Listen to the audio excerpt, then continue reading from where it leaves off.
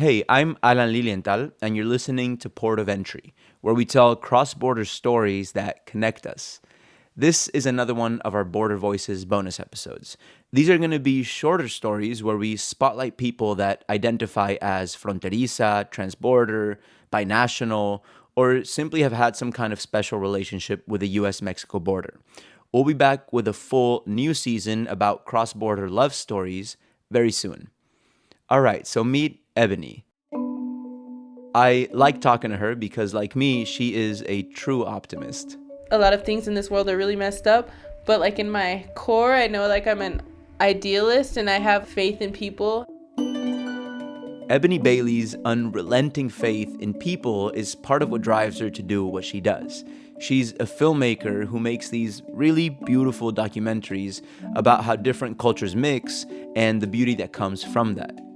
And yeah, 2020 has been rough for her, probably you, me, and lots of people.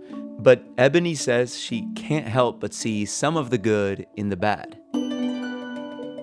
We can make the world a better place, which sounds like kind of cheesy, but I really think that it really can be possible. And I just see like instances of that, even with like the protests and the uprisings, or just how people have treated each other. People are considering their neighbors more during the pandemic and things like that. Those things like really do give me like esperanza or like optimism.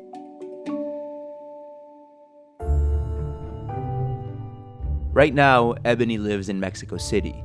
She just completed graduate school for film. And she says in Mexico, sometimes her black skin brings unwanted attention. Most people assume she's either a tourist or one of the thousands of black migrants passing through the country in recent years on the way to cross into the U.S.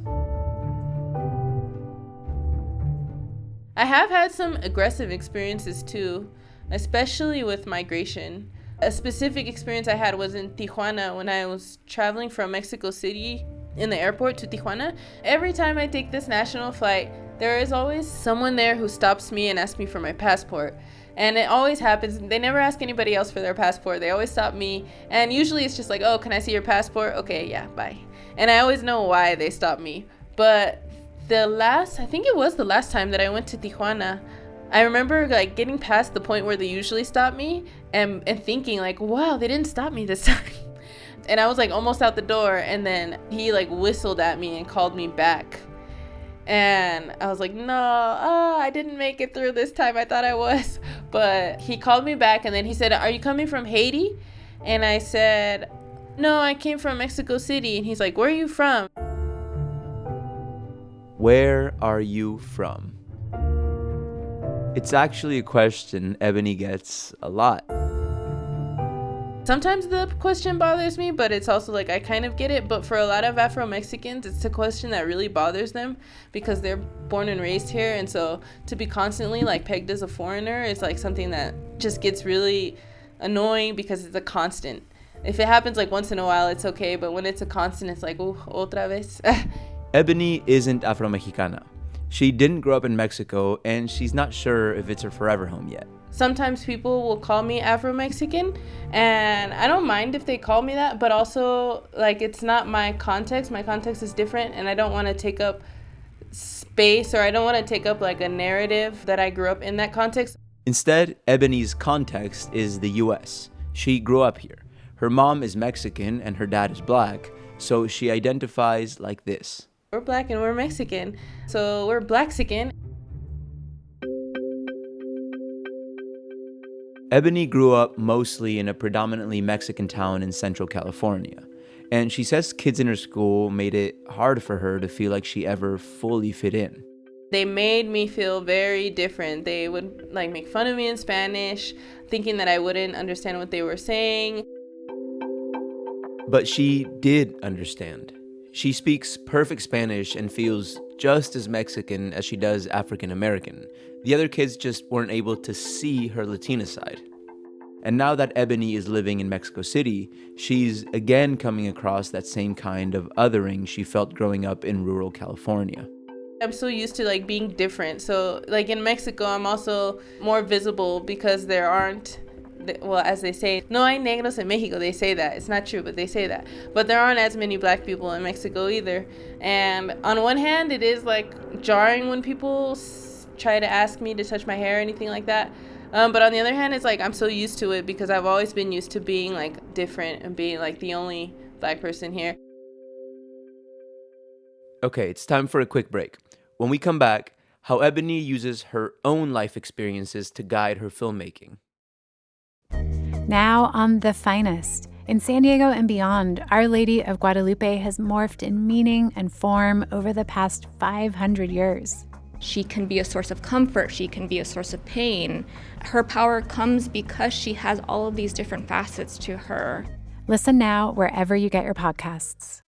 Ebony is drawn to stories like her own. I like telling stories on like intercultural, cross-cultural type things. A few years ago, while studying in Mexico City, she stumbled on just the kind of cross-cultural story she loves. I was reading La Jornada, which is like one of the national newspapers in Mexico, and I saw photos of migrants at the border, and all of the migrants were Black. And I was like really curious because like, oh, there's more Black people here in Mexico? Because at the time I didn't have any of my friends or anything. Like I wasn't really, this was like my first few months in Mexico, so I hadn't met like the Afro community here yet. From there, I got more interested in the topic, and I decided to do my final project on Black migrants in Mexico. Ebony's film about Haitian and other Black migrants in Tijuana is called Life Between Borders. Realmente es un milagro, ¿no? Para ellos llegar a la frontera norte. The documentary introduces Black migrants. It explains the economic, political, and environmental turmoil they fled, and how they ended up at the border. La verdad es una nueva migración. Es un fenómeno nuevo que está viviendo México. Con la llegada de Donald Trump al poder, entonces ahorita le cuesta mucho trabajo para ellos, y también después de la decisión que fue tomado Obama el 22 de septiembre de este año, suspendió la visa humanitaria. Por eso hoy en día están varados los haitianos. Ebony saw some of her own struggle for identity in the Black migrants she met while making her film. She stayed in touch with some of them and has felt super connected to Tijuana ever since. I feel like Tijuana is one of my homes. One time, one of my friends did one of these memes where it's like, write on my comments and I'll tell you which city you are. And so I wrote on the comment, and my friend told me, oh, you're Tijuana because you're like in between. Like not only are you like in between Black Mexican, but you're also in between Mexican American. And that's how I feel when I'm in Tijuana. Like I feel like I identify a lot with it because it's like such like an in-between city. Like a lot of people in Tijuana also speak fluent English and things like that. And it feels so fronteriza. What's his name? George Floyd! What's his name? George Floyd! Back in May, when the Black Lives Matter protests started rolling across the U.S. in response to the murder of George Floyd, Ebony felt like she should be there, on the streets with her fellow Black Americans protesting against systemic racism. But then after a few days, I started thinking like, well, how can we make a difference here in Mexico? Or how can we like aterrizar esto a Mexico, como bring this back to Mexico? Or how can we use this opportunity for Mexico and Mexicans and Black people in Mexico to reflect on racism here? So I went to the U.S. Embassy in Mexico just to see like if there was anything going on. There was a poster there that said, México, enfrenta tu racismo, which means Mexico, confront your own racism. So I thought that was like a really powerful statement. When all of this stuff was happening, like a lot of people in Mexico were saying like, oh yeah, racism is like such a problem in the US and everything about the US. And then I remember like a lot of my friends saying like, yeah, they're saying racism is such an issue in the US, but they're not even looking at racism in their backyard. Like there's also racism in Mexico too. Ebony started thinking about the Black migrants she met while making her film in Tijuana. And she thought about a Haitian migrant who died in police custody earlier in the year in the city, and how completely eerie it was that he had called out, no puedo respirar, or I can't breathe. The same exact thing George Floyd said months later, right before he died. So that's why Ebony reached out to her friends at Espacio Migrante in Tijuana and did what she could from afar to help organize the border town's first ever Black Lives Matter protest.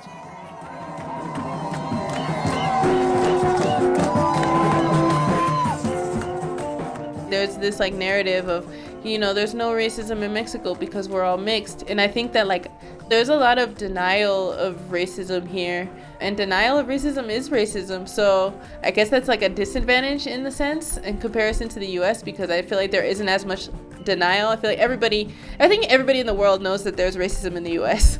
And in Mexico, I think that people are gonna have to just be aware that it exists before we can start like chipping away at the systems and, dismantling it. Detrás de la historia de la flor de Jamaica hay un pasado oscuro, o más bien, un pasado negro. Ebony's most recent film is called Jamaica y Tamarindo. La Jamaica y el tamarindo me traen recuerdos súper bonitos porque, pues desde que era pequeña, mi vida ha estado dividida entre la Ciudad de México y la Costa Chica de Guerrero. In the film, she focuses on the hibiscus flower and tamarind fruit, two iconic ingredients found in drinks and sweets all across Mexico. She explores their history, showing how Jamaica and Tamarindo are actually contributions from the country's Afro-Mexicano population.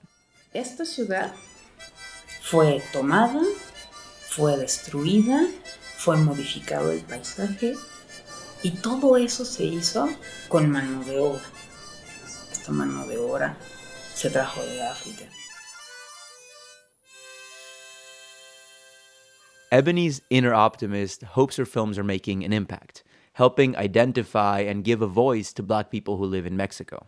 This whole like notion that there aren't Black people in Mexico can lead to like really dangerous consequences. Like for me, in that instant with migration, I got out because of my passport, but I know of people like what about actual Haitian people or people from other countries who won't be able to just like leave and say, give me back my passport, I'm gonna go.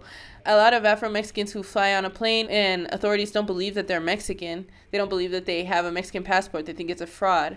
So, which has also happened to me too, where people don't believe that my passport is my passport. But at the end of the day, I know that I have like an extra layer of protection.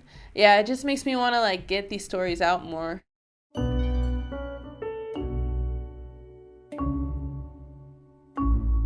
I met this woman in a screening I did in Fresno who's from Guerrero, and she was saying how she had an Afro-Mexican friend who was very dark. I remember she told me she was very, very dark, and people would ask her, is she from Africa? And I would say, no, she's Mexican.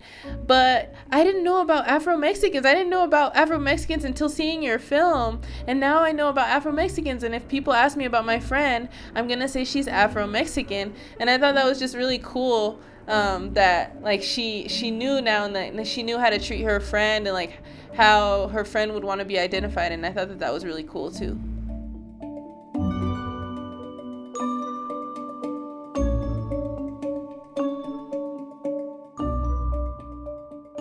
You can see some of Ebony's films at ebonybailey.com. And if you have a border story you'd like to share, we would love to hear it. Call 619-452-0228 and leave a quick voicemail telling us who you are, where you live, and how the U.S. Mexico border has changed your life. I'm your host, Alan Lilienthal, and you can find more Port of Entry episodes online at portofentrypod.org. Thank you for listening.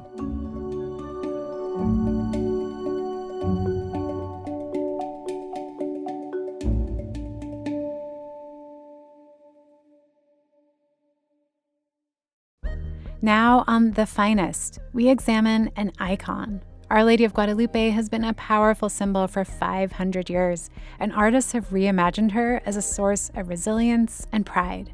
Listen now wherever you get your podcasts.